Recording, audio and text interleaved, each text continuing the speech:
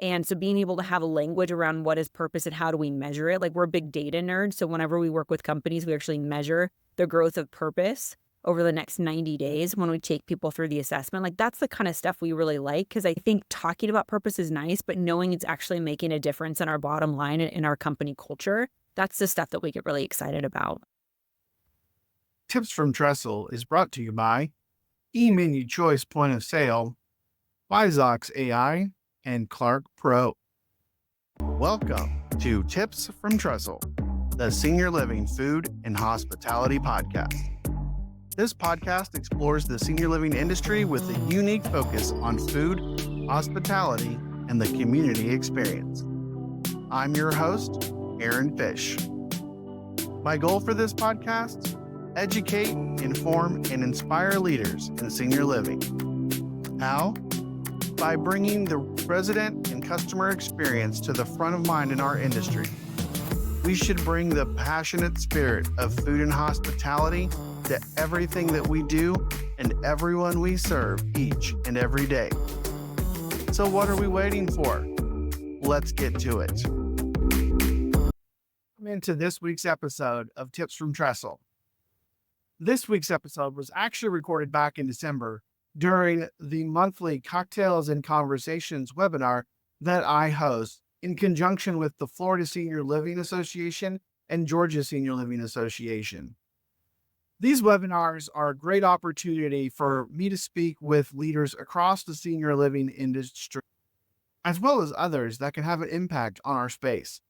We talk about a number of things impacting the industry, from current market conditions, operations, leadership, sales and marketing, and anything else impacting the industry.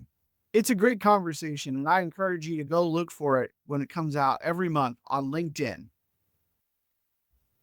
On our December conversation, I was lucky enough to speak with Gabrielle Bosche and her concept of purpose in 20 minutes. Gabrielle was raised in an alcoholic home and became addicted to achievement at a very early age. By 17, she had written her first book, and by 28, she had her first TEDx talk. Gabrielle became an unexpected leader in the purpose discovery space after developing a system used by naval base commanders that could help them personalize their mission. Today, Gabrielle, who also goes by Gab, serves as the co-CEO of the Purpose Company, the premier purpose discovery experience for leaders and teens. She's written 7 books, loves all things cats, and is based in Dallas, Texas. So take a listen to my conversation with Gabrielle Bosche on Purpose in 20 minutes. Thank you for being here. I'm excited to get your take on purpose and kind of our topic of purpose in 20 minutes, because that intrigues me about the way you guys approach it, the way you talk about purpose. And so I'd love for you to kind of tell us a little bit maybe about your story, right? Obviously, from publishing your book to, founding the Purpose Company. How has your personal journey kind of shaped the approach you take to helping others find their purpose? Yeah, I love it. It's such a good question. I mean, the biggest thing, I think whenever someone becomes known for something, you always have to find out what was that impetus, what was that moment. I definitely was not planning on becoming an expert in purpose. It's not exactly something that you go to college for. My undergrad was in politics and religion. So like the two things you're not supposed to talk about at Thanksgiving dinner, I was like, I'm going to major in both of those. And so I went really, like many people, through the process of really discovering my own purpose, from finding, I thought that it was in politics for a moment. I thought it was in nonprofit work. I thought it was in the education space. I really jumped around from thing to thing, kind of like a kid lost at Costco. Like, is this my purpose? Is this my purpose? And I think I got really frustrated that whenever I was in this position of needing to figure out what was next, knowing what I was doing wasn't fulfilling, so many very well-meaning people would come to me and say, you just need to find your purpose, but no one seemed to be able to help me figure out how or why. And so that's really where the purpose factor process is really born, was kind of researchers by trade. Myself and my husband were really looking at, he's a journalist too, so we were looking at, if everyone keeps telling us we need to find our purpose, there's probably got to be a system or a methodology to be able to do that. So that was about a 7-year process of us really looking at What do popular religions say about purpose? What do top motivators say about purpose? What do brain psychologists say about purpose? Like, what are the things that they all seem to say need to be in place for someone to feel fulfilled and therefore be in their purpose? And we found there were four core elements, which I'm sure we'll chat a little bit more about, but we found that there are four core elements that really needed to be there. And once we started testing it, growing it, creating this movement really from it, we realized that purpose isn't just something that's nice to have. It's something that really is necessary. And so one of the mantras we use here at the Purpose Company is we want to democratize purpose. We think everybody has the right, the ability to be able to not only know that they have meaning and purpose, but to be able to use it in their everyday lives. Yeah, I love that. And one of the things that you guys have done with the Purpose Company is you've brought this to not just like small businesses like the one I run, but like Fortune 500, Fortune 1000 companies. And so when you think about purpose, how do you define that in a business context? And why is it critical for organizations to align their goals with a clear sense of purpose?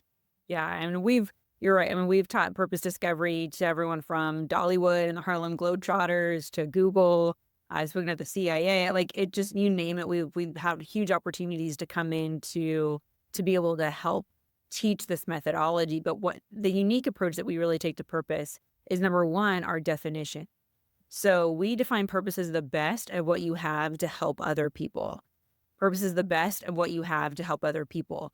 And by defining it really clearly is that it really operationalizes this sense of meaning and mission.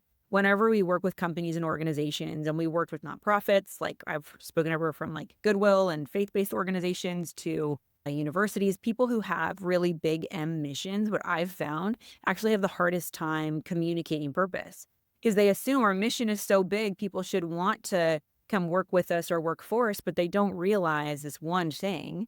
And it's that purpose personalizes the mission. So many times we just assume we make our mission work too hard. We think that it's got to be this big mission. And I learned that actually working with the Navy. I was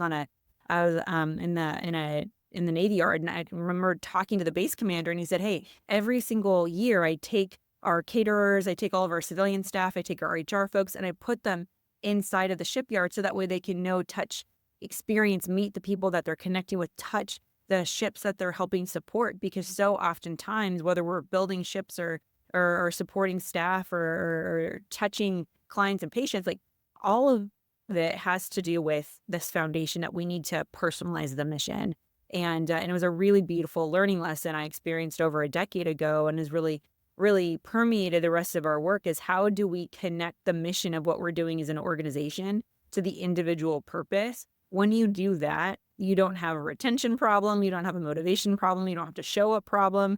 You have a army of individuals who are so individually connected with the work that it really creates this really beautiful impact that everybody's really excited about being a part of. Yeah, I love the thought of connecting people and what they feel is their purpose to the business outcomes. And so, one of the things that I have found with organizations I've worked with in the past is sometimes they get confused about passion versus purpose, right? They tell people we want to be passionate about what we do, especially because, we're in the senior living space. A lot of us are passionate about serving seniors, and it's something that we really focus on. And so when you did your TED talk, you mentioned that passion's not the same as purpose. And so can you kind of just walk us through, maybe elaborate a little bit more on how businesses or even the individuals on this call can avoid that pitfall of confusing passion and purpose? Yeah, I think it's one of the biggest problems we have right now is people think their passion is their purpose. And by misunderstanding it, they're actually setting themselves up for failure. And so if you look at the dictionary definition of passion, it literally says a barely controllable emotion. And so when you think about it that way, it sounds so ridiculous telling a class of newly graduated students, go follow your barely controllable emotion, or telling your boss, I feel frustrated at work because I can't use my barely controllable emotion. It's like, it's just so silly that I think that we've elevated this idea of passion, which tends to be a preference more than anything. And so for us, we really see passion as useful to spark motivation perhaps at the beginning, but it's really hard to maintain grit and focus in the long run. And so we really focus more on what we call pull passion, which is the problem that you want to solve in the world. And so it's really interesting. Like I said, the first definition of passion is a barely controllable emotion, but the second dictionary definition of passion is the death and suffering of Christ. And so whether you have faith or not, the fact the second definition has everything to do with suffering. One of my biggest questions I ask people when I'm coaching them, I'm like, if you're that passionate about it, are you willing to sacrifice for it? And so I truly believe for passion to exist there has to be some element of sacrifice. And that's just something that we don't talk a lot about inside of the workplace. Because I think, especially post COVID, the workplace has changed so much where people, I think companies have really, and I've seen it, we really wanted to cater to employees. We really wanted to encourage them and support them. I think that that's been powerful, but there's been a shift that most people haven't seen. And it's not just what can we do for employees, it's what can we do with employees. That people really want to be partners with us in building something, not just consumers, not just a transactional relationship where they give us a paycheck and then we leave. It really is, what are we building together? And that's why I think this purpose piece is really become so popular, is because people are realizing mission is nice, but purpose is necessary. And so being able to have a language around what is purpose and how do we measure it? Like, we're big data nerds. So whenever we work with companies, we actually measure the growth of purpose over the next 90 days when we take people through the assessment. Like, that's the kind of stuff we really like, because I think talking about purpose is nice, but knowing it's actually making a difference in our bottom line and in our company culture, that's the stuff that we get really excited about. Technology continues to drive changes in senior care, and that includes food service. eMenu Choice is an award-winning point-of-service application for managing the dining function in senior living communities. This mobile, touchscreen-enabled software enhances the dining experience for residents while streamlining processes for staff. The flexibility and functionality of eMenu Choice makes it an effective solution for any type of senior living environment, from independent and assisted living to skilled nursing facilities. It works for production kitchens or restaurant-style service with options for per meal or a la carte pricing, and accommodates a variety of payments, including bill to account, meal credits, and credit cards.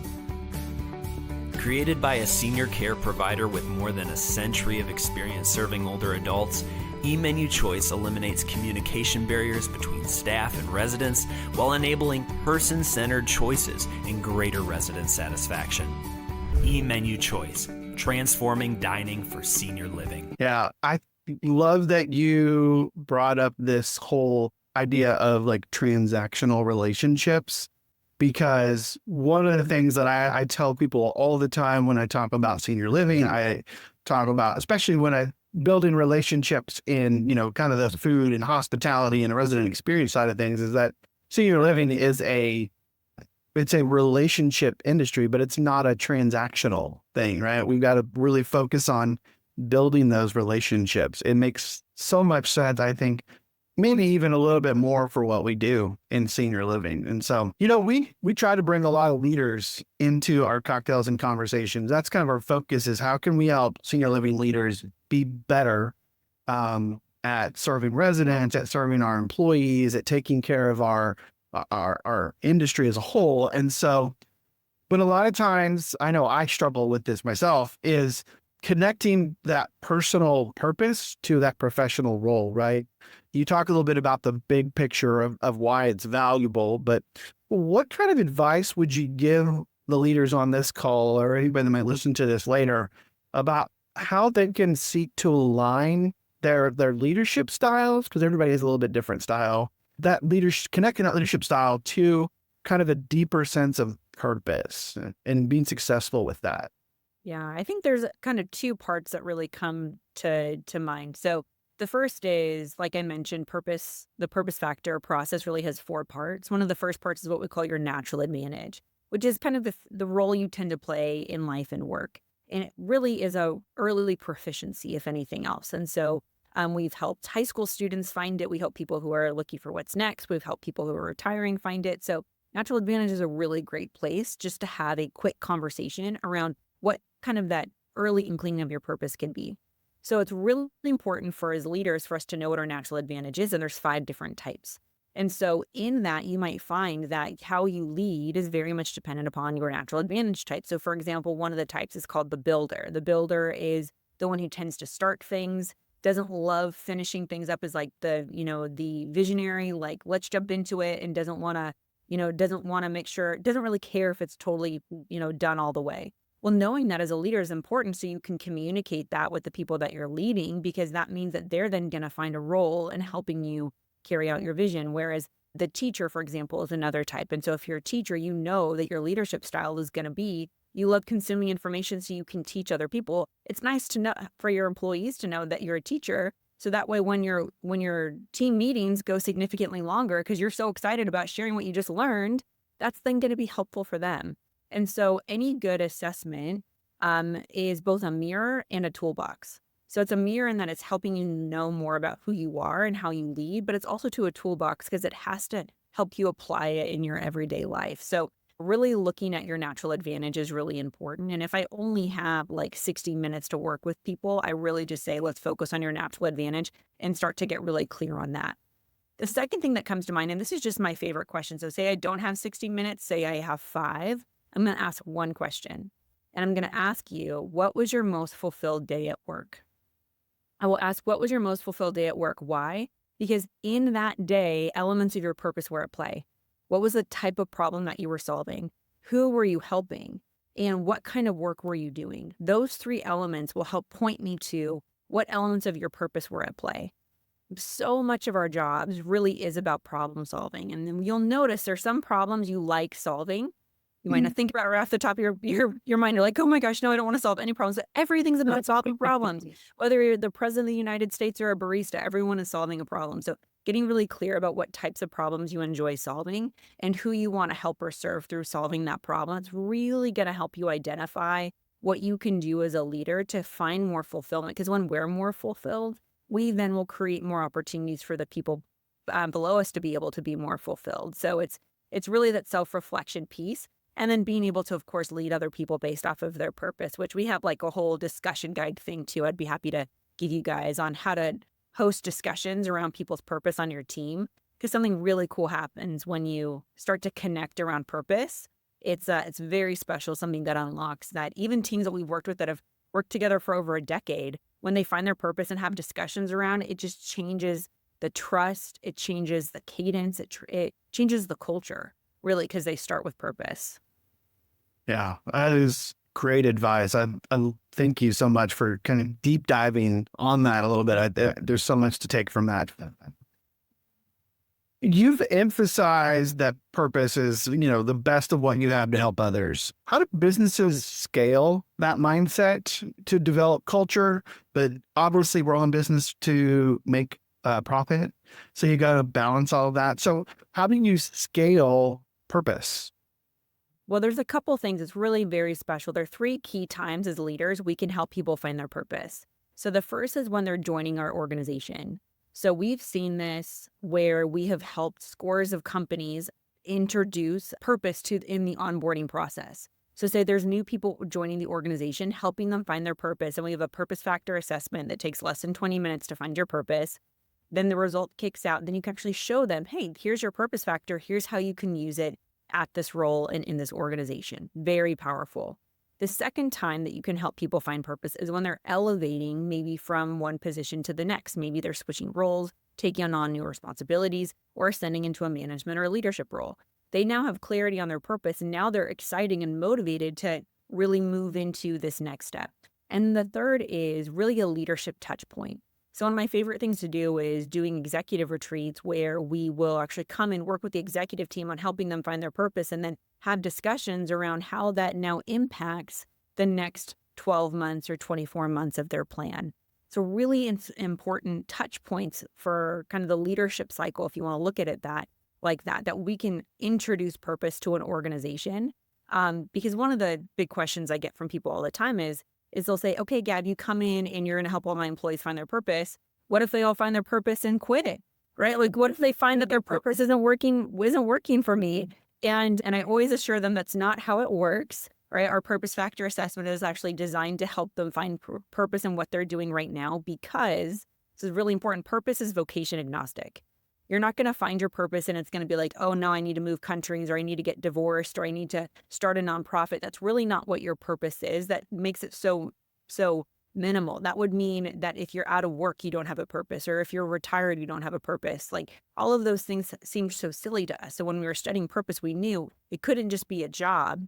Your job is just a platform to help other people with your purpose. So that's the really special part. Is there's study after study that shows people who know their purpose stay longer at their current role, they work harder, and they recruit their friends to work for that organization as well. And that's the kind of stuff that we get really excited about, is it reignites a fire for people that they realize, oh my gosh, I actually didn't realize that I loved my work this much. It really gives them an opportunity for self-reflection and for gratitude, for them to be able to know that what they're doing is really making a difference. Because sometimes, again, when you've got that big mission, you guys are doing incredible work and serving incredible people. Sometimes we just need that refresher. Sometimes we just need that encouragement that we know that the work that we're doing is making a difference. And having something like a mirror and a toolbox like our assessment is a really great platform to do that. Yeah. So the whole title of what we're talking about today is Purpose in 20 Minutes. And so I want to talk a little bit about your assessment. I think that's going to be helpful to everybody to understand what we mean by purpose in 20 minutes. And so you and Brian have developed what might be the number one purpose discovery process for business, for individuals. Can you talk a little bit about the assessment, the process, and how all of it comes together to do these things that you've been talking about with our personal and professional purpose? And I think it's one of those things, yeah, that, of course. And I think the challenge of purpose discovery has been, in the past, it hasn't been scalable. It's been for the lucky or the few. And it's really been kind of the luxury that some people get to find their purpose while the rest of us are poking our head around like, gosh, I hope that this is it this time. And so we wanted to create something that really was accessible, both in technology availability as well as price. So for less than $49 and for under 20 minutes, you can find your purpose. That was very important to us. And we developed this assessment really on a technology platform that's very easy to access. Now, we have been doing this for over 7 years now, where we've manually been taking teams and individuals through this purpose factor assessment. So the process isn't new, but the platform is, of being able to help people very quickly identify what their purpose is based off of a series of just over 100 questions. And the process has been really beautiful to watch, to see teams coming back to us and saying, hey, I just had my leadership team take this assessment and we've never felt more connected over our year-end goals. Or we've had some people who were like, oh my gosh, that's why I got divorced, right? Because they're like, oh, there was a misalignment on purpose. Or some people were like, that's why I love my job so much. Or some people were like, that's why I'm frustrated with my job so much. So it's been a really special experience to be able to see people to articulate what they've been feeling inside. And again, that's really what this purpose factor assessment does. And so it's a really powerful tool that we've designed for individuals to take. It's some of our favorite notes that we'll get from parents who've had their kids take it, and the conversation around the dinner table has really changed. And again, we just believe that everybody deserves to find their purpose. And so the purpose factor assessment is less than 20 minutes. It's super accessible. You can do it on your laptop. You can do it on your phone. And for us, we know that it's making a difference in the lives of many people because of the notes, the emails, the DMs that we get all the time from people saying, wow, I've never felt more seen. And that's what a really powerful tool like the purpose factor assessment is for people. This is just so fascinating to me because, like I said, I still struggle with understanding and finding exactly what that is. And so I know I have it on my radar to go and take this assessment before the end of the year, so I can help kind of figure out what I'm doing next year. I feel a little bit better. So there it is, everybody. Another one in the books. Thanks again for tuning in. Please follow, like, and subscribe on YouTube, Spotify, Apple, or wherever you get your podcasts. And be sure to follow us on social media at Tips from Trestle. You can also learn more about the work I do by following me on LinkedIn, Twitter, Instagram, and even TikTok. And be sure to check out Trestle Hospitality Concepts at www.trestlehospitalityconcepts.com. I'm your host, Aaron Fish, And this has been another episode of Tips from Trestle.